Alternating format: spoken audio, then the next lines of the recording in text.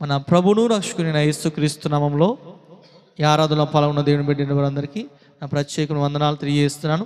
ఈ సమయంలో దేవుని వాక్యాన్ని ధ్యానం చేద్దాం. బైబిల్ గ్రంథం నుంచి రాజులు 2వ గ్రంథం 14వ అధ్యాయము. రాజులు 2వ గ్రంథం 14వ అధ్యాయము 1-2 వచనం మనం చదువుకుందాం.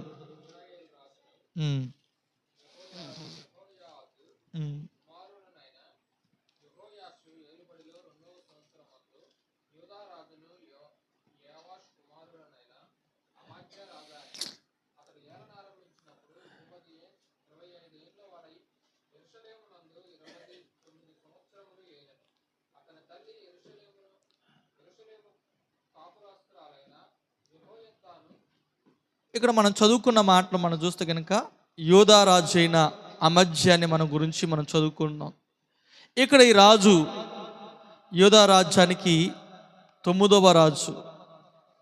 అమజ్య 9వ రాజు. ఈ అమజ్య అర్థం ఏంటంటే యెహోవా బలపరచును. అమజ్య అర్థం ఏంటంటే యెహోవా బలపరచును. దేవుడు మనల్ని బలపరిచేవాడు. ఎవరు మనతో ఉన్నా లేకపోయినా దేవుడు మనల్ని బలపరుస్తూ ముందుకు నడిపించేవాడు. మన బలహీనమైన పరిస్థితుల్లో బలాన్ని అనుగ్రహించగల దేవుడు. అందుకని అంటాడు, ఇతడు 25 సంవత్సరాల వయస్సులో 29 సంవత్సరాలు యోధా ప్రజల్ని ఏలడం ప్రారంభించాడు.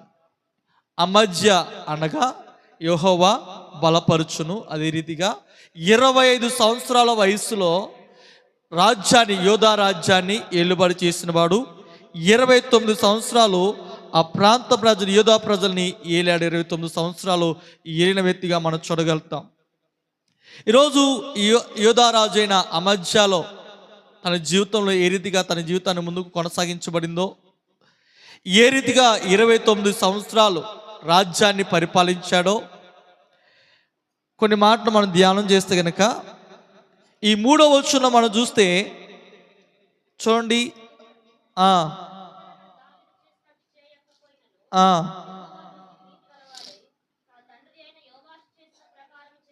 ఇక్కడ మనం చూస్తే కనుక ఇతడు తన పితరుడైన దావీదు చేసినట్టుగా చేయకపోయినను యెహోవా దృష్టికి నీతి గలవాడే తన తండ్రి అయిన యోవాషు చేసిన ప్రకారము చేసెను. గడిచిన దినాల్లో యోవాషు గురించి మనం నేర్చుకుందాం.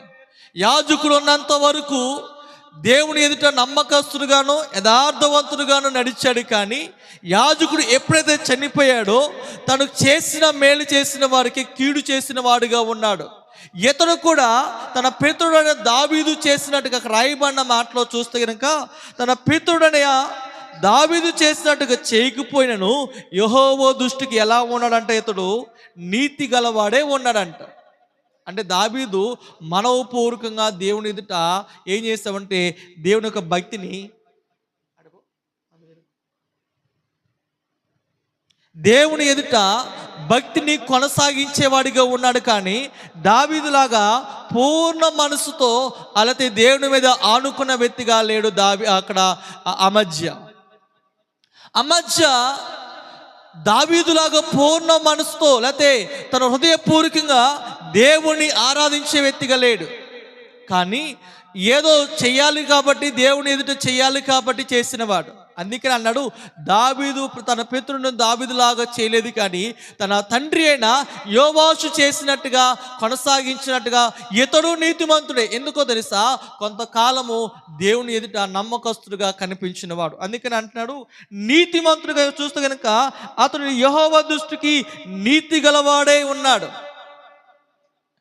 ఎన్ని సంవత్సరాలు ఉన్నాడో తన జీవితాన్ని మనం చూస్తే కనుక దినవృత్తాంతం 2వ గ్రంథము 25వ అధ్యాయము 2వ వచనం మనం చూస్తే కనుక దినవృత్తాంతములు 2వ గ్రంథం 25వ అధ్యాయం 2వ వచనం.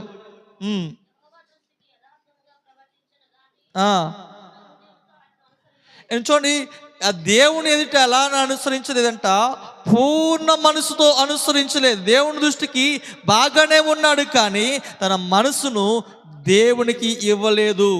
మధ్య ఏం చేశాడంటే దేవుని ఎదుట పూర్ణ తన మనసుతో దేవుని ఆరాధించిన వ్యక్తిగా ఉన్నాడు. చూస్తే కనుక అక్కడ అంటున్నమాట, అతడు యెహోవా దృష్టికి యథార్థంగా ప్రవర్తించాడు, కానీ ఎలాగ ఉన్నాడంట, పూర్ణ హృదయముతో ఆయనను అనుసరింపలేకపోయాడు.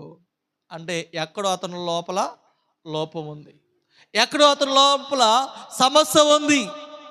కాబట్టి పూర్ణ హృదయముతో మా దేవుని ఆరాధించిన వ్యక్తిగా ఉన్నాడు. ఈరోజు మనమైతే దేవుని ఎదుట మనం పూర్ణ మనసుతో ఆరాధించే వరంగా ఉండాలి. పూర్ణ మనసుతో దేవుని మనం ఎప్పుడైతే ఆరాధిస్తామో దేవుడు గొప్ప కార్యాలు దేవుడు జరిగించడం ప్రారంభిస్తాడు. అందుకని అన్నాడు, మన కీర్తన చదువుకున్నాం కదా, చంటి పిల్లల యొక్కయు ఆయన స్థుతుల మూలంగా ఒక దుర్గాన్ని దేవుడు స్థాపిస్తాడని. అంటే చంటి పిల్లలో ఉన్న దేవుని యొక్క స్థుతులు, చంటి పిల్లలో ఉన్న దేవుని ఆరాధించే మనసు ఎవరిలో అయితే ఉంటుందో వారి జీవితాలు ఎలాగ ఉంటాయి అంటే ముందుకు కొనసాగించేబడేదిగా మార్చబడింది. చంటి పిల్లలో ఉన్న ఆ మనస్తత్వం, ఆ చంటి పిల్లలో ఉన్న దేవుని స్తుతి ఆరాధన ఏదైతే ఉంటుందో వారి జీవిత ఆ రీతిగా మన హృదయాల్లో ఉంటే కనుక, అంటే పూర్ణ మనసుతో మనం ఆరాధించాలి, పూర్ణ హృదయంతో దేవుని మనం ఆరాధించాలి. అలా ఆరాధించగలిగితే కనుక దేవుడు ఖచ్చితంగా మన జీవితాల్లో కార్యాలు దేవుడు జరిగిస్తాడు. కానీ ఇతడు యథార్థవంతుడే, ఎందుకో తెలుసా, దేవుణ్ణి ఆరాధిస్తున్నాడు, నీతిమంతుడే, దేవుడిని స్తుతిస్తున్నాడు, కానీ హృదయము పూర్వకంగా చేయట్లేదు. ఏదో క్రమంగా ఏదో చెయ్యాలి కాబట్టి, వాడుకగా చెయ్యాలి కాబట్టి చేస్తున్నాడు, కానీ పూర్ణ మనసుతో చేయాలని చేయట్లేదు, పూర్ణ హృదయంతో దేవుని ఆరాధించాలని చేయట్లేదు, పూర్ణ మనసుతో నేను దేవుని కొరకు నేను సాక్రిఫైస్ అవ్వాలని చేయట్లేదు. ఏదో భక్తి చేయాలి కాబట్టి భక్తి చేస్తాడు, ఏదో ఆరాధన చేయాలి కాబట్టి ఆరాధన చేస్తాడు, ఏదో ప్రార్థన చేయాలి కాబట్టి ప్రార్థన చేస్తున్నాడు, ఏదో చదవాలి కాబట్టి చదువుతున్నాడు, ఏదో చెయ్యాలి కాబట్టి చేస్తున్నాడు. కానీ ఈయన భక్తుడు గురించి, రాజు గురించి రాయబడిన మాటది, తన పితరుల దావీదు ప్రకారం నడవట్లేదు, కానీ ఏదో నీతిమంతుడుగా చేస్తున్నాడు అంతే, ఏదో యథార్థవంతుడుగా చేస్తున్నాడు, కానీ పూర్ణ హృదయముతో ఆయనను దేవుణ్ణి హత్తుకోలేని వ్యక్తిగా ఉన్నాడంట. ఈరోజు మనం ఎలా ఉండాలి? ఈ రాజు గురించి ఈ మాట మనం నేర్చుకుని చెప్తున్నాడంటే మనం ఎలా ఉండాలంటే, మనము దావీదు ఆరాధించినట్టుగా మనం ఆరాధించాలి, దావీదు నడిచినట్టుగా మనం నడవాలి. తను చేసిన భక్తి వైరాగ్యం ఏదైతే ఉందో ఆ వైరాగ్యము మనలో కొనసాగించబడాలి. అందుకనే పూర్ణ మనసుతో పూర్ణ హృదయంతో ఆయన వెతకాలి. ఎవరైతే పూర్ణ మనసుతో పూర్ణాత్మతో ఎందరైతే నన్ను వెతుకుతారో ఆయన వారికి నేను ప్రత్యక్షమవుతానని చెప్తున్న దేవుడు ఈరోజు. అంటే ఇప్పుడు ఎలాగ వెతకాలండి? దేవుని ఎలా వెతకాలి? పూర్ణ మనసుతో పూర్ణాత్మతో ఆయన వెతకాలి. పరిపూర్ణమైన మనసు కలిగిన వారిగా ఉండాలి. పరిపూర్ణమైన వ్యక్తులుగా మనం ఎప్పుడైతే మన మనస్సు ఉంటుందో, మన హృదయం ఉంటుందో, దేవుడు ఆయన మనకు ప్రత్యక్షమవుతాడు. ఆయన కృపావరాలతో దేవుడు మనం నింపడం ప్రారంభిస్తాడు, ఆయన సన్నిధానంతో మనం నింపడం ప్రారంభిస్తాడు. ఆయన నింపితే కనుక మన అడ్డుగా నిలబడేది ఏది ఉండదు. కాబట్టి ఈరోజు మనం ఎలా ఉండంటే పరిపూర్ణమైన మనసుతో మనం ఆరాధించాలి. పూర్ణమైన మనసుతో దేవుని మీద మన మనస్సు ఆయన మీద ఆనుకున్నట్టుగా ఎప్పుడైతే మనం ఉంటామో దేవుడు కార్యాలు దేవుడు జరిగించడం ప్రారంభిస్తాడు. మన మనస్సు దేవుడి మీద ఆనుకోవాలి. ఎప్పుడైతే మనం దేవుని యొక్క మనస్సు మన మనస్సు ఒకటిగా మార్చబడిద్దో దేవుడు మన జీవితాల్లో కార్యాలు దేవుడు జరిగించడం ప్రారంభం. అందుకనే అబ్రాహామును గురించి మనం చూస్తే కనుక సొదొమ గొమొర్రా నాశనం చేయడానికి దేవుడు వెళుతున్నప్పుడు వెళ్ళిపోతుంటే అబ్రాహాము దేవుడికి ఆతిథ్యం ఇస్తాడు. అప్పుడు అనుకున్నాడు, ఇగో సొదొమ గొమొర్రా గురించి నాశనం చేయాల్సిన సంగతి నా స్నేహితుడిని అబ్రాహాముకు తెలియజేయకుండా ఉందినా అని అనుకున్నాడంట. కానీ వెన్ను తిరిగి వచ్చి అబ్రాహాముతో చెప్తున్నాడు, అబ్రాహామా, సొదొమ గొమొర్రాని నేను నాశనం చేయబోతున్నాడు. కాబట్టి నువ్వు ఎలా ఉండాలో తెలుసా? ఇదిగో దాన్ని చేయబోతున్నాడు చెప్పి వెళ్ళిపోతే అబ్రహాం అంటాడు, ఏమంటాడంటే, అయ్యా అక్కడ 50 మంది నీతిమంతులు ఉంటే కాపాడతావా? 40 మంది నీతిమంతులు ఉంటే కాపాడతావా? 30 మంది, 30 అయితే 25 మంది, 20 అయితే 20 మంది, 15 మంది, ఇలాగా దేవుని దగ్గర పాకులాడడం ప్రారంభించింది. ఇక్కడ ఏమంటానంటే, అబ్రాము దేవుని యొక్క హృదయం సమీపించింది కాబట్టి సొదొమ గొమొర్రా నాశనం చేయబోతున్న సొదొమ గొమొర్రా ఆ దేశ పట్టణాల గురించి దేవుడు ఏం చేస్తాడంటే ఎవరికి చెప్తున్నాడు? అబ్రాహాముకు చెప్తున్నాడు. అంటే పూర్ణ మనసుతో దేవుని హత్తుకున్నాడు కాబట్టి తను రాబోతున్న కీడు విషయంలో, ఆ ప్రాంతాలకు రాబోతున్న కీడు విషయంలో ముందుగానే అబ్రాహాముకు దేవుడు చెప్పడం ప్రారంభించాడు. ఈరోజు ఉదయకాల సమయంలో దేవుని సన్నిధానంలో పిలువ ఉంటున్న మనం దేవుని దగ్గర పూర్ణ మనసుతో మనం ఉంటే కనుక రాబోతున్న కీడు విషయంలో దేవుడు మనకు ముందుగానే దేవుడు తెలియజేయడం ప్రారంభిస్తాడు. ఈరోజు దేవుడు ఎందుకో తెలుసా, పూర్ణ మనసుతో ఆరాధించేవారు కావాలి, దేవుడిని పూర్ణ మనసుతో దేవుడిని గణపరిచేవారు కావాలి, పూర్ణ వయసుతో దేవుడిని స్తుతించేవారు కావాలి. అలాంటి వారే దేవుడు ఒక గొప్ప రాజ్యాన్ని స్థిరపరిచేవారుగా మార్చబడతారు. దేవుణ్ణి పూర్ణ మనసుతో పూర్ణాత్మతో ఆరాధించేవారే దేవుణ్ణి గణపరిచేవారుగా ఉంటారు.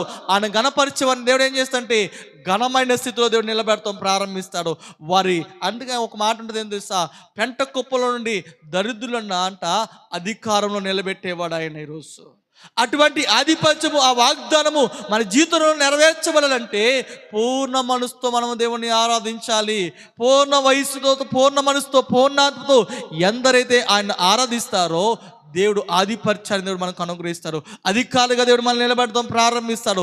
సాధారణంగా దేవుడు మనల్ని ఉంచడు, అసాధారణ వ్యక్తిగా మార్చడు. ఇక్కడ అమధ్య గురించి రాయబడిన మాటది. అక్కడ అంటాడు, రాజు గ్రంథంలో మనం చదువుకుంటే కనుక దేవుని దృష్టికి ఇదిగో తన పితరుడైన దావీదు నడిచినట్టుగా నడవలేదు, కానీ నీతిమంతుడిగా ఉన్నాడని ఉంది. కానీ ఇక మన దినవృత్తాంతం 2వ గ్రంథంలో మనం చదివితే కనుక అక్కడేమంటాడో తెలుసా, ఇతడు దేవుని ఎదుట నీతిమంతుడికి యథార్థంగా ఉన్నాడు, కానీ పూర్ణ మనసుతో ఆయనను అనుసరించలేదట.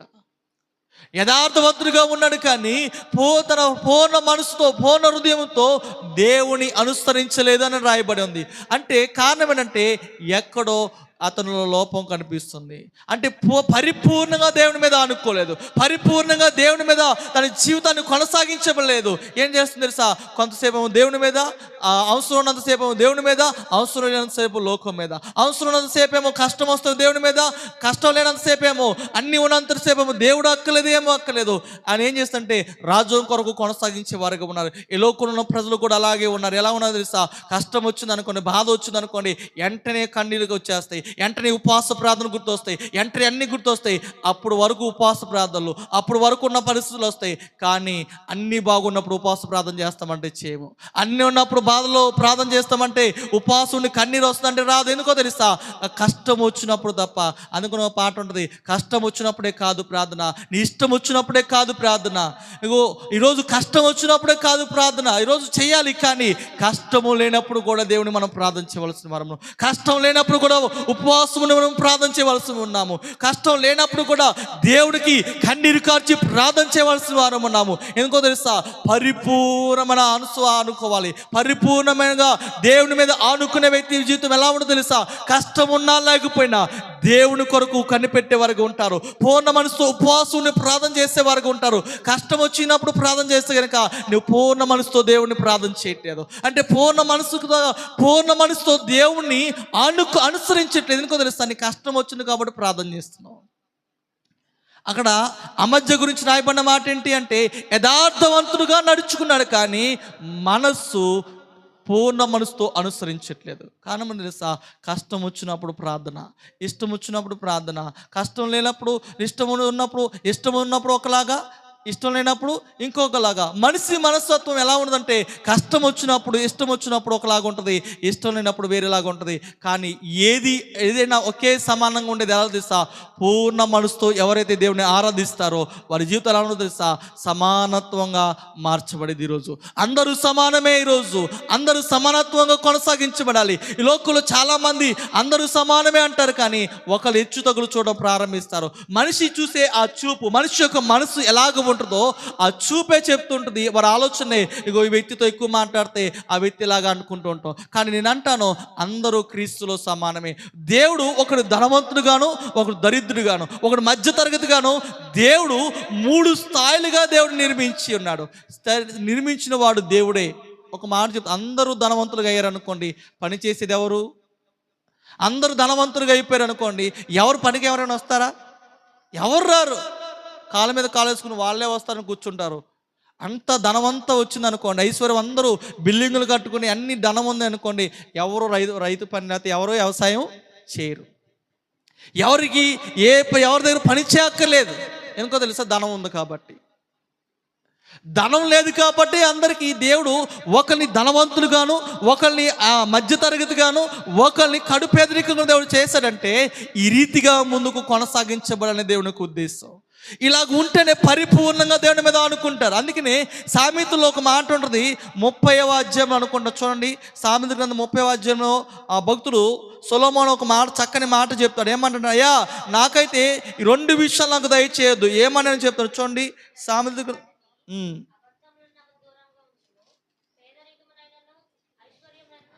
సామెత గ్రంథం 30వ అధ్యాయం 8-9 వచ్చిన మనం చూస్తే కనుక, వ్యర్థమైన వాటిని అబద్ధములకు దూరంగా ఉంచుము, పేదరికమైనను ఐశ్వర్యమైనను నాకు దయచేయకుము, తగినంత ఆహారం నాకు అనుగ్రహింపుము.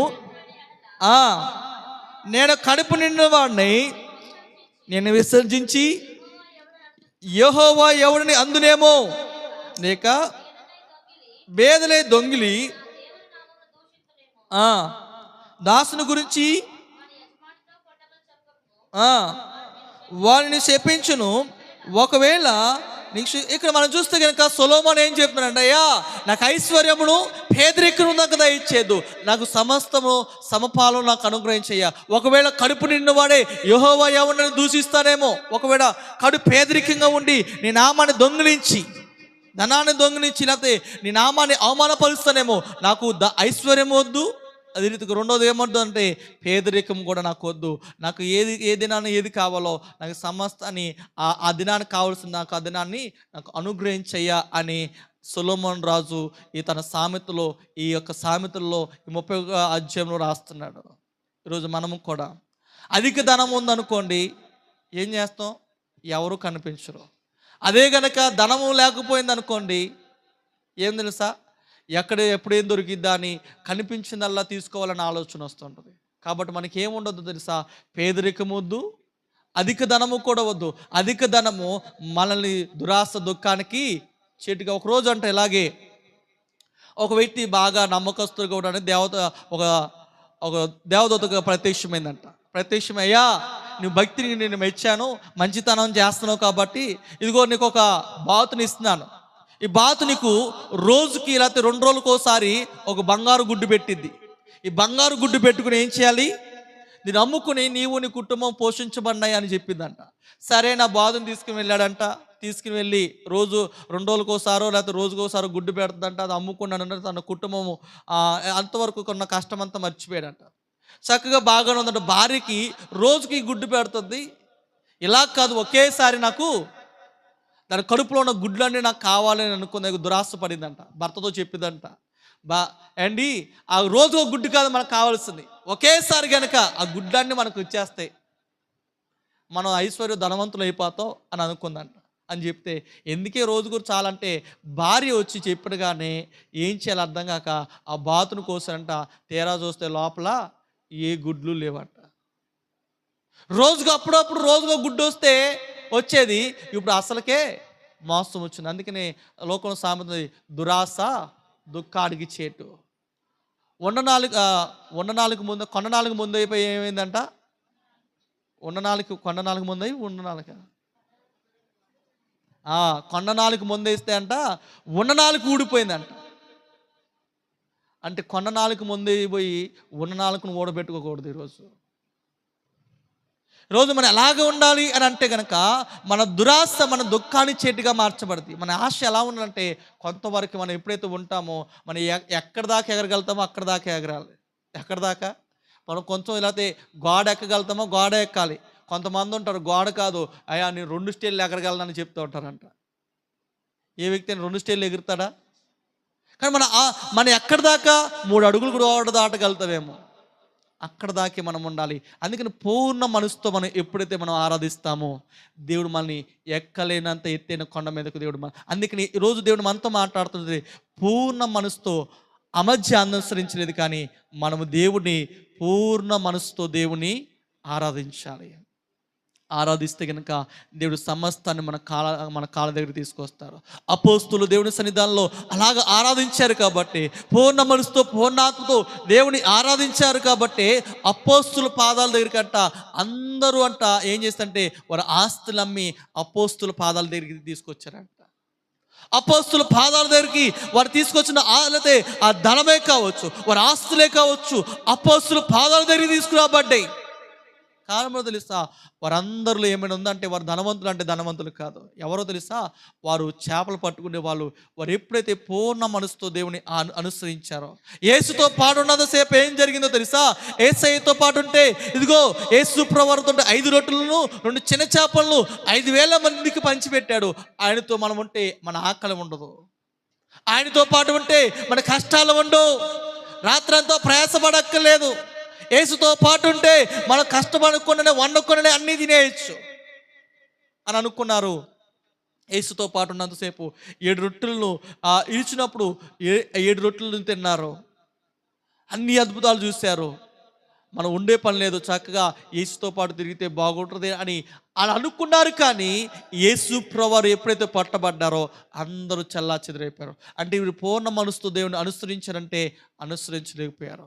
ఏదో కావాలి కాబట్టి అనుసరించారు. కానీ ఎప్పుడైతే మరలా దేవుడు ప్రత్యక్షమై యేసు ప్రభువారు పునరుద్ధారణ తిరిగి లేచిన తర్వాత వారు ఏం చేశారో తెలుసా, వారితో ప్రత్యక్షమై వారు ఎప్పుడైతే మేడ గదిలోకి వెళ్ళి ఏక మనసుతో ప్రార్థన చేశారో, పూర్ణ మనసుతో ప్రార్థన చేశారో, దేవుడి ఆత్మచేత నింపబడిన తర్వాత ఎప్పుడైతే పేతురు గారు ప్రసంగించగా ఇంచుమించు 3,000 మంది మార్చబడ్డారంట ఒకే ప్రసంగంలో. కారణం తెలుసా, పూర్ణ మనసుతో వారు దేవుని మీద ఆనుకున్నారు. ఆనుకుంటే కనుక మనం చూస్తే కనుక అపోస్తల కార్య గ్రంథంలో మనం చూస్తే కనుక వారందరూ ఎప్పుడైతే మార్చబడ్డారో అక్కడున్న వారందరూ ఏం చేశారంటే 2వ అధ్యాయం అనుకుంటా 45వ వచనం చూడండి. అపోస్తల కార్య గ్రంథం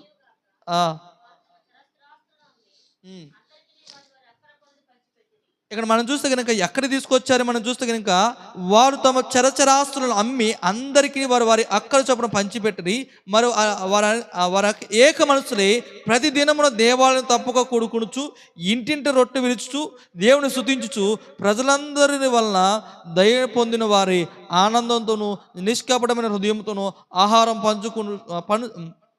పంచుకొనుచుండిరి. మరియు ప్రభు రక్షణ పొందుచు వారిని అనుదినము వారితో చేర్చుచుండెను. ఇక్కడ మనం చూస్తే కనుక వారందరూ ఏం చేస్తారంటే వారందరూ చరచరాస్తులను అమ్మి అందరికీ పంచిపెట్టేవారుగా మార్చబడ్డారంట. కారణం ఏంటంటే ఇక మనం చూస్తే కనుక దేవుని యొక్క అలాతే కార్యాలు మనం చూస్తున్నప్పుడు మనము దేవుని మీద ఎప్పుడైతే పూర్ణ మనసుతో ఎప్పుడైతే మనం ఉంటామో, ఎప్పుడైతే దేవుని మీద మనం ఆనుగుని మనం ఉంటామో, దేవుడు ఏం చేస్తాడంటే గొప్ప కార్యాలు మనం చూడగలుగుతాం. చూడండి అపోస్తల కార్య గ్రంథం 4:34 చూస్తే కనుక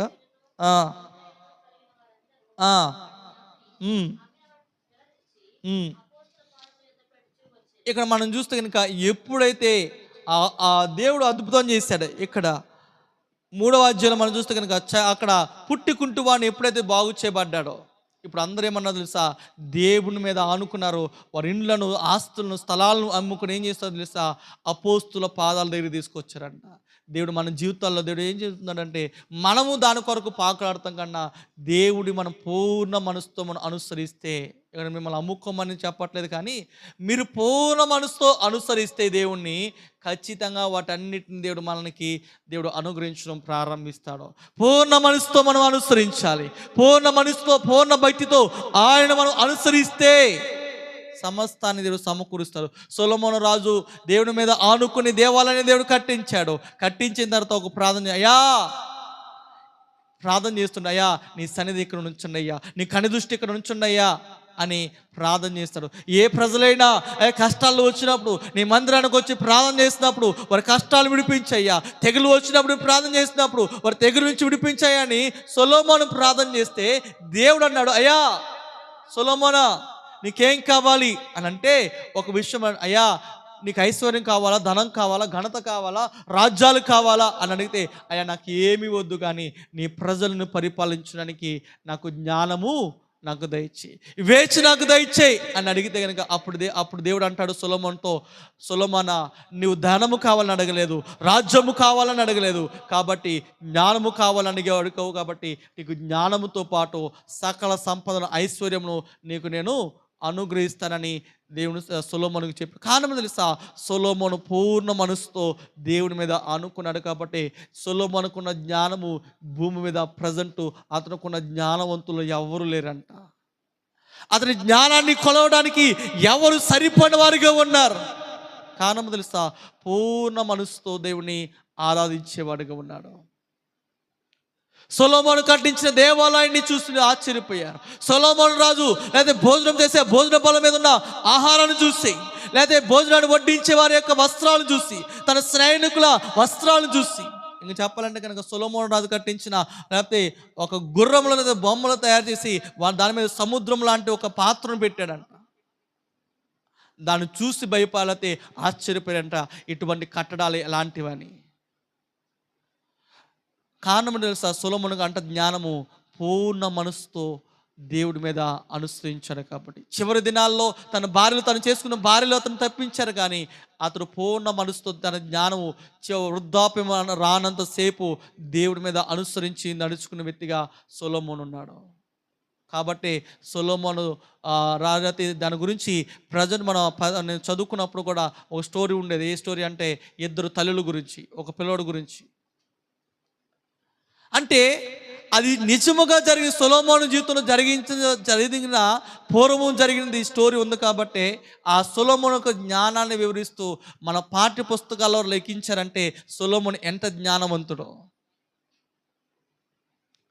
అంటే పూర్ణ మనసుతో మనం ఆరాధిస్తే కనుక ఎలా ఉంటే, పూర్ణ మనసుతో మనం ఆరాధిస్తే కనుక చరిత్రలో నిలిచేవారంగా దేవుడు మనల్ని మారుస్తాడు.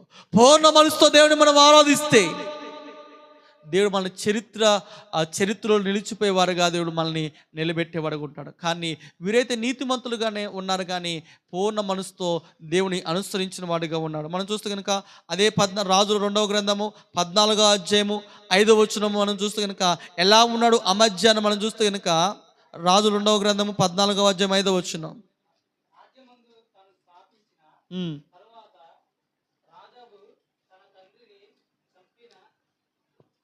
తన సేవకులను అతడు హతము చేయించెను. అయితే కుమారుల దోషములను బట్టి తండ్రుల మరణ శిక్షణ విధింపకూడదు. తండ్రుల దోషములను బట్టి కుమారులకు మరణ శిక్షణ విధింపకూడదు. ఎవని పాపం నిమిత్తము వాడే మరణ శిక్ష నందును అని మోషే రాసి ఇచ్చిన ధర్మశాస్త్రమందు యెహోవా ఇచ్చిన ఆజ్ఞను బట్టి ఆ నరహత్యను పిల్లలను అతడు హతము చేయలేదు. ఇక్కడ మనం చూస్తే కనుక ఎవరైతే తన తండ్రిని చంపారో వారిని ఏం చేశాడంటే వారిని చంపేశాడు అమధ్య. కానీ ధర్మశాస్త్రం ఏమైతే చెప్పిందో, ధర్మశాస్త్రం ఏం చెప్పిందంటే తండ్రి చేసిన దోషమును తన పిల్లల మీద రాకూడదని ఆ ధర్మశాస్త్రాన్ని పాటించాడు. ఎవరైతే హత్య చేశారో వారిని చంపాడు, కానీ పిల్లలను మాత్రం ఏం చేయలేదంట. అతడు తన కుమారుని వారిని ఏమి చేయక అతన్ని హతము చేయలేదంట తన పిల్లల్ని. కారణం అంటే తను ఎలా ఉన్నాడంటే ధర్మశాస్త్రాన్ని పాటించే వ్యక్తిగా ఉన్నాడు. వారు చేసిన దోషానికి వారికి శిక్షను చేసి శిక్షించే వ్యక్తిగా అమధ్యాన్ని మనం చూడగలుగుతాం. అంటే ధర్మశాస్త్రం ఏమైతే చెప్తుందో, మోషే ధర్మకార్యాలు ధర్మశాస్త్రం ఏమైతే రాయబడి ఉన్నాయో వాటన్నిటినీ పాటించిన వ్యక్తిగా మనం అమధ్యాన్ని మనం చూడగలుగుతాం. వారు చేసిన దోషం ఈరోజు మనమే చూస్తున్నప్పుడు మన జీవితంలో ఎలా ఉండాలో తెలుసా? మనము ఒకరిని శిక్షించడం కాదు, కానీ మనము దేవుని ఏ శిక్షను లేకపోతే ఏ యొక్క పాపమును కనబరిచేవారుగా మనం ఉండకూడదు. ఏ దోషం మనలో కనపడకూడదు. ఎలా ఉండాలి తెలుసా? పవిత్రులుగా మనం కనిపించాలి. మనలో ఉన్న అపవిత్రతను మనం తొలగించుకోవాలి. పరిశుద్ధమైన జీవితాన్ని కొనసాగించే వారిగా ఉండాలి. కానీ అమధ్య ఎలా ఉండంటే దేవుని దృష్టికి ధర్మశాస్త్రాన్ని పాటించే వ్యక్తిగా మనం చూడగలుగుతాము. దినవృత్తాంతం 2వ గ్రంథము 25వ అధ్యాయము 7వ వచనం నుండి 11వ వచనం వరకు మనం చూస్తే కనుక దినవృత్తాంతం 2వ గ్రంథము 25వ అధ్యాయం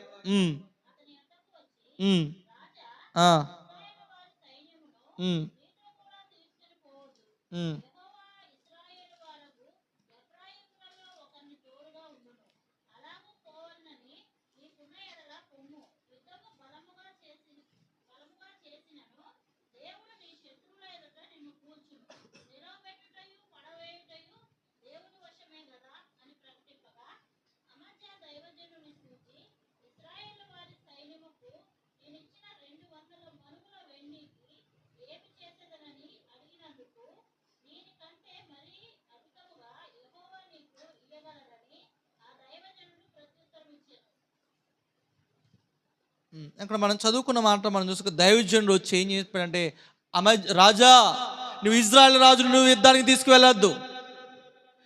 యుద్ధానికి తీసుకువెళ్తానికి ఇజ్రాయెల్ దేశంలో అయితే ప్రజలకు ఏం రాజ్యానికి ఏం చేశాడంటే ఆ ధనం ఇచ్చి పిలిపించుకున్నాడు.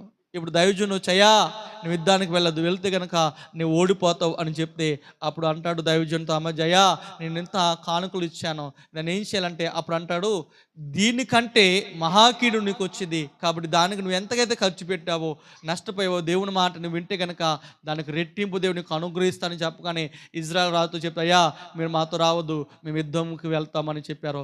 యుద్ధాన్ని చేశారు. యుద్ధంలో వారికి గొప్ప విజయం వచ్చినట్టుగా మనం చూడగలుగుతాం. మనం చూస్తే కనుక 11 వచ్చిన మనం చూస్తే కనుక చివరి మాటలో శేయూరు వారిలో 10,000 మందిని హతము చేసినట్టుగా మనం చూడగలుగుతాం. వీరు ఆ పట్టణాన్ని జయించారు, గొప్ప విజయాన్ని సంపాదించారు. ఇక్కడ మనం చూస్తే కనుక దైవజనుడు చెప్పిన మాటను విన్న వ్యక్తిగా మనము అమధ్యాన్ని మనం చూడగలుగుతాం. దైవజనుడు చేయమని తెలుసా, అయ్యా వారితో మీరు యుద్ధానికి వెళ్తారు కానీ వారిని తీసుకుని మీరు యుద్ధానికి వెళ్ళదు. ఎలా ఉందంటే మీరు వెళ్తున్నారు యుద్ధానికి, వెళుతున్నప్పుడు ఈ వ్యక్తితో పాటు వెళ్ళొద్దు, ఈ సైన్యాన్ని మీరు తీసుకువెళ్ళొద్దు, తీసుకువెళ్తే కనుక మీరు హతమవుతారు.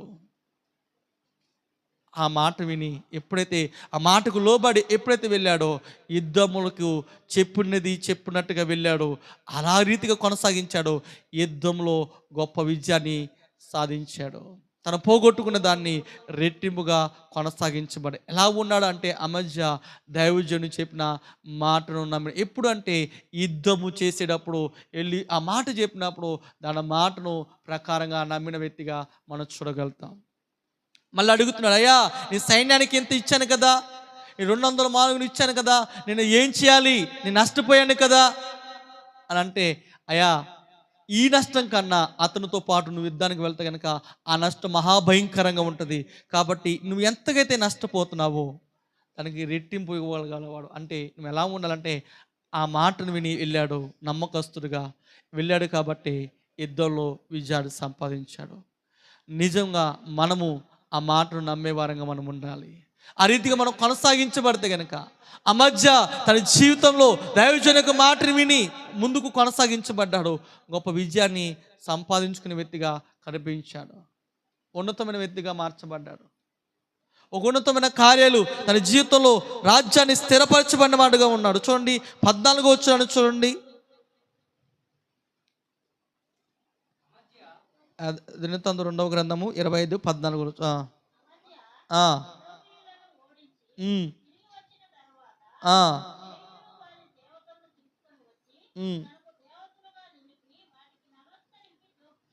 ఇక్కడ ఏం చేశాడు, యుద్ధంలో విజయం వచ్చింది, అన్నీ వచ్చింది చెప్పాను కదా. ఓటమి వచ్చినప్పుడేమో లేకపోతే యుద్ధాలు వచ్చినప్పుడేమో దేవుని మనం అనుసరిస్తాము, కానీ విజయం వచ్చిన తర్వాత ఏం చేశారంటే శేయూరులో ఉన్న వాటిని తీసుకొచ్చి వాటికి నమస్కారం చేస్తాడంట.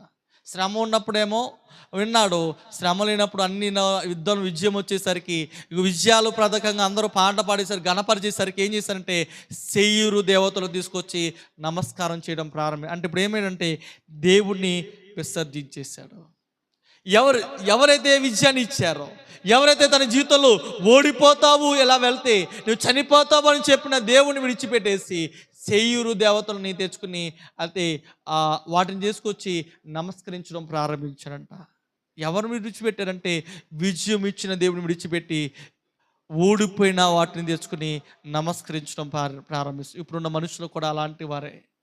ఎలా ఉంటే వారంటే తెలుసా, విజయం ఇచ్చే దేవుని విడిచిపెడుతున్నారు, ఏది లేని వారిని ఏం చేస్తారంటే వాటిని పట్టుకుని వేలాడటం ప్రారంభిస్తారు. కాబట్టి ఈరోజు మనం ఎలా ఉండాలి అంటే దేవుడు మనం ఎలా నడిపించాడో అలాగే మనం కొనసాగించబడితే కనుక, దేవుని విసర్జించకుండా మనం ముందుకు కొనసాగించబడితే కనుక దేవుడు మన జీవితాల్లో గొప్ప కార్యాలు దేవుడు జరిగించడం ప్రారంభిస్తాడు. ఆ మధ్య అయితే ఏం చేస్తాడో తెలుసా, యుద్ధంలో విజయం ఇచ్చాడు, శేయూరు మన్యాన్ని పట్టుకున్న వాడిని హతమార్చాడు శేయూరులో ఉన్న ప్రజల్ని. కానీ శేయూరు దేవతలను తీసుకొచ్చి దేవుని విడిచిపెట్టేశాడు, ఆ దేవతలకు నమస్కరించినట్టుగా మనం చూస్తాము. 16 వచ్చిన మనం చూస్తే కనుక స్పష్టంగా రాయబడి ఉంటుంది.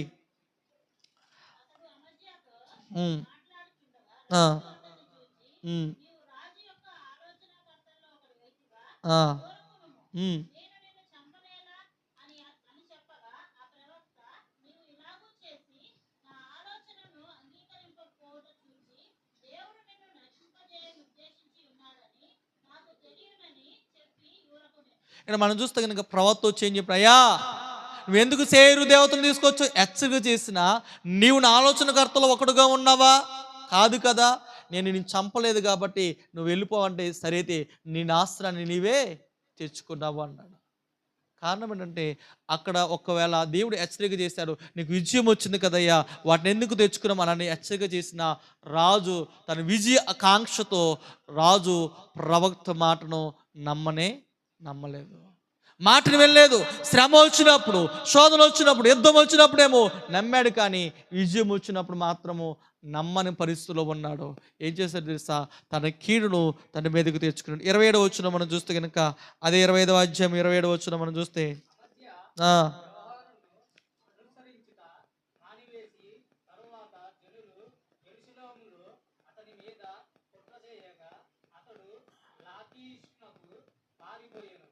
అయితే వారు అతని వెనుక లాకీషునకు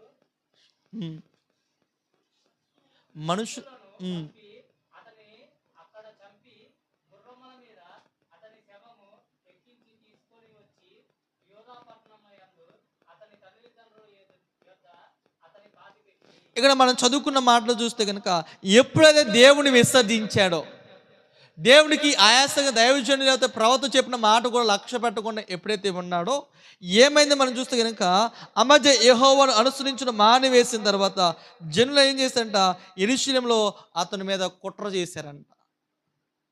ఒక వ్యక్తిని నాశనం చేస్తున్న కుట్ర పన్నుతున్నారంటే ఇతడు దేవుణ్ణి విసర్జించాడు. గడిచిన అతని అమధ్య యొక్క తండ్రిని కూడా విషయంలో కూడా అదే జరిగింది. ఏం చేశారు, తండ్రిని కూడా ఏం చేశారు, కుట్ర పన్ని అతన్ని హతమార్చారంట.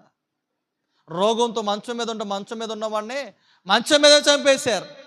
ఇతను కూడా ఏం చేశాడు, దేవుణ్ణి విసర్జించారు సంగతి తెలియగానే అక్కడ యెరూషలేములో ఉన్న వారు కుట్ర పని ఏం చేస్తారంట, ఇతను చంపాలని ప్రయత్నం చేస్తే ఇతను ఏం చేస్తున్నాడంటే గుర్రం మీద ఎక్కి లాకేషునికి పారిపోతుంటే అతను వెనకాలే ఆ ప్రాంతానికి వెళ్ళి అక్కడే అతను చంపేసి అతను మరలా ఏం చేశారంట, గుర్రం మీద ఎక్కించుకుని తన తండ్రిని ఎక్కడైతే పాతి పెట్టారో అక్కడ అతన్ని పాతి పెట్టినట్టుగా మనం చూడగలుగుతాం. కారణం తెలుసా, ప్రారంభంలో మాత్రం యథార్థంగా ఉన్నాడు, కానీ కష్టాల్లో దేవుని మీద ఆనుకుని ఉన్నాడు, కానీ విజయం వచ్చినప్పుడు దేవుణ్ణి విసర్జించాడు. ఓడిపోతామేమో అని ఎదుటిన్న రాజుని, ఇశ్రాయేలు రాజుని పిలిపించుకున్నాడు, కానీ దేవునికి దైవజనుడు వచ్చి ప్రకటించాడు, అయ్యా నువ్వు యుద్ధానికి ఎలాగ వెళ్ళొద్దు, ఈ రాజుతో తీసుకుని వెళ్ళొద్దు అని ఎప్పుడైతే నమ్మాడు, మంచిదే బాగానే ఉంది. కానీ యుద్ధంలో విజయం వచ్చిన తర్వాత నమ్మని వ్యక్తిగా ఉన్నాడు. ఈరోజు దేవుని విసర్జించేశాడు, దేవుని కాకుండా సేరు దేవతను పెట్టుకున్నాడు. కారణం ఏమైందో తెలుసా, యెరూషలేములో ఉన్న ప్రజలే అతని మీద కుట్ర పన్నారు, పట్టుకోవడానికి ప్రయత్నం చేస్తే పారిపోయాడు. రాజు పారిపోయాడు, చెప్పాలంటే సాధారణ వ్యక్తి కాదు, ఒక రాజు పారిపోయి ఎక్కడ దాకా పరిగెత్తి పారిపోయేవాడుగా ఉన్నాడు. కానీ ఒక ప్రాంతానికి వచ్చేసరికి అతన్ని చంపేశారు. చంపి అదే ఏ గుర్రం ఎక్కడైతే చనిపోయాడో తన గుర్రం మీద తన శవాన్ని తీసుకొచ్చి తన తండ్రి ఎక్కడైతే పాతి పెట్టారో అక్కడే పాతి పెట్టబడి. ఎందుకు జరిగింది అని అంటే చూస్తే కనుక అతడు దేవుణ్ణి విసర్జించేశాడు. అందుకని ప్రారంభంలో రాయబడింది, తన పితరుడైన దావీదు నడిచినట్టుగా ఈ వ్యక్తి నడవలేదు. పూర్ణ హృదయంతో పూర్ణ మనసుతో దేవుని అనుసరించలేదు. చివరికి వచ్చేసరికి తన భక్తిని వృద్ధాలతే తన భక్తిని విడిచిపెట్టారు. అందుకనే 29 సంవత్సరాల్లో తన జీవితం ఏలుబడిలో తన జీవితంలో ఓటమిలోనూ దేవుని అనుసరించాడు, కానీ విజయంలో మాత్రము దేవుని అనుసరించిన వ్యక్తిగా ఉన్నాడు. కాబట్టి ఈరోజు ఇందులో మనం పాఠం నేర్చుకోవాల్సిన విషయం ఏంటంటే, కష్టం ఉన్నా లేకపోయినా కష్టంలో ప్రార్థన చేయాలి. అదే రీతిగా కష్టము లేనప్పుడు కూడా దేవుని మనం విసర్జించకూడదు. ఒకవేళ మనం విసర్జిస్తే కనుక మన జీవితాల్లో అనేకమైన నష్టపోవాల్సి వచ్చింది. కష్టం లేదు, మనకు అన్నీ ఉన్నాయి అనుకొని దేవుని విసర్జించొద్దు. విసర్జిస్తే కనుక ఆ సమస్తాన్ని మనము కోల్పోవాల్సి వచ్చింది. కాబట్టి దేవుని విసర్జించకుండా మనం ముందుకు నడిచే వరకు ఉండాలి. అమధ్యాల కాకుండా మనము దేవుని విసర్జించకుండా అన్ని విషయాల్లో కష్టం ఉన్నా లేకపోయినా, బాధలున్నా లేకపోయినా, మనం ఉన్నప్పుడు ఎలా కష్టం ఉన్నప్పుడు ఏ రీతిగా ప్రార్థన చేస్తామో అన్నీ ఉన్నప్పుడు కూడా దేవుని యందు మనము నమ్మక కలిగి నమ్మకస్తులుగాను యథార్థవంతులుగాను పూర్ణ మనసుతో దేవుని అనుసరించి మనం ముందుకు నడుచుదుముగాక. మోకరిద్దాం, ప్రార్థన చేసుకుందాం. పరిపూర్ణమైన దేవుడు, పరిపూర్ణమైన కార్యాలు జరిగించేవాడు, అమధ్య తన పితరుడైన దావీదు నడిచినట్టుగా నడవలేదు, కానీ తన తండ్రి నడిచిన మార్గం నడిచాడు. తన తండ్రి ప్రారంభంలో బాగానే నడిచాడు. చివరికి వచ్చేసరికి దేవుడు విసర్జించాడు. అమధ్య కూడా అలాగే చేశాడు. కష్టం వచ్చినప్పుడు దేవుని మీద ఆనుకున్నాడు. దైవజనుని యొక్క మాటను విన్నాడు. యుద్ధంలో విజయం వచ్చింది. కానీ యుద్ధంలో విజయం రాగానే అతనిలో గర్వం పనిచేయడం ప్రారంభించింది. అతను అసూయ రావడం ప్రారంభించింది. శేయరు దేవతలు తెచ్చుకున్నాడు, నమస్కరించాడు. ప్రవక్త వచ్చి చెప్పాడు, అయ్యా నువ్వు ఇలా చేయొద్దు అని చెప్తే, నా ఆలోచనకర్తలో నువ్వు ఉన్నావా అని ఎదురు సమాధానం చెప్పడం ప్రారంభించాడు. అప్పుడు అన్నాడు ప్రవక్త, నీ కీడుకు నీవే ఉత్తరవాదివి అని చెప్పి వెళ్ళిపోయాడు. ఎప్పుడైతే దేవుని విస్తరించాడో ఇశ్రాయేలు వారు కుట్ర పన్నారు. ఆకేష్ వరకు అతన్ని తరిమి పట్టుకుని చంపి తన తండ్రి దగ్గర ఎక్కడైతే పాతి పెట్టారో అక్కడ పాతి పెట్టబడ్డారు. ఈరోజు ఈ అమధ్యలో మనం నేర్చుకోవాల్సిన పాఠం ఒకటి, పూర్ణ మనసుతో మనం ప్రార్థన చేయాలి. రెండోది, కష్టంలో ప్రార్థన చేయాలి. అదే రీతిగా అన్నీ ఉన్నప్పుడు కూడా, సమకూర్చబడినప్పుడు కూడా మనం ప్రార్థన చేయాలి. కష్టం ఉన్నప్పుడు ఒకలాగా, కష్టం లేనప్పుడు ఒకలాగా కాదు. అప్పుడు ఎలా ఉన్నాము ఇప్పుడు కూడా అలాగే ఉండాలని మనం ఈ పాటలో మనం నేర్చుకుంది. ఒకవేళ మనం లేకపోతే కనుక, అయ్యా నేను మార్చుకుంటానయ్యా, నాకు కష్టం వచ్చినప్పుడు ఎలా ఉన్నానో నాకు అన్నీ ఇచ్చినప్పుడు కూడా నేను అలాగే ఉంటానయ్యా, అయ్యా నన్ను సరిచేసినందుకు స్తోత్రాలు తండ్రివా, నేను అటు కృప నాకు దయచేయనని ప్రార్థన చేసుకుందాము. పరిశుద్ధుడైన మా తండ్రి, జీవాధిపతివైన దేవా, నీకు వందనాలు, స్తోత్రాలు తెలియజేస్తున్నా. నీ మాటలు విని అయ్యా నీ వాక్యం చేత మీరు మాతో మాట్లాడారు. ఆ మధ్యలాగా మేము ఉండకుండా పూర్ణమైన వయస్సు గలవారు, పూర్ణమైన మనసుతో, పూర్ణ ఆత్మతో నేను ఆరాధించే వారికి ఉండే కృపను దయచేయండి అయ్యా. అన్నీ ఉన్నప్పుడు మేము కూడా పూర్ణ మనసుతో ఉండాలి. ఆ మధ్యలాగా మేము ఉండకూడదయ్యా. పూర్ణ మనసుతో మేము ఆరాధించే కృపను మాకు దయచేయండి అయ్యా. మేము ఒట్టివారమే, మట్టివారమే, కానీ యోగ్యత కలివారుగా, అధికారులుగా మీరు మమ్మల్ని నిలబెట్టారు. అటు కృపను మీరు మాకు అనుగ్రహించండి. మీరే మమ్మల్ని ముందుకు నడిపించి బలపరచమని యేసు నామములో ప్రార్థిస్తున్నాము తండ్రి. ఆమేన్.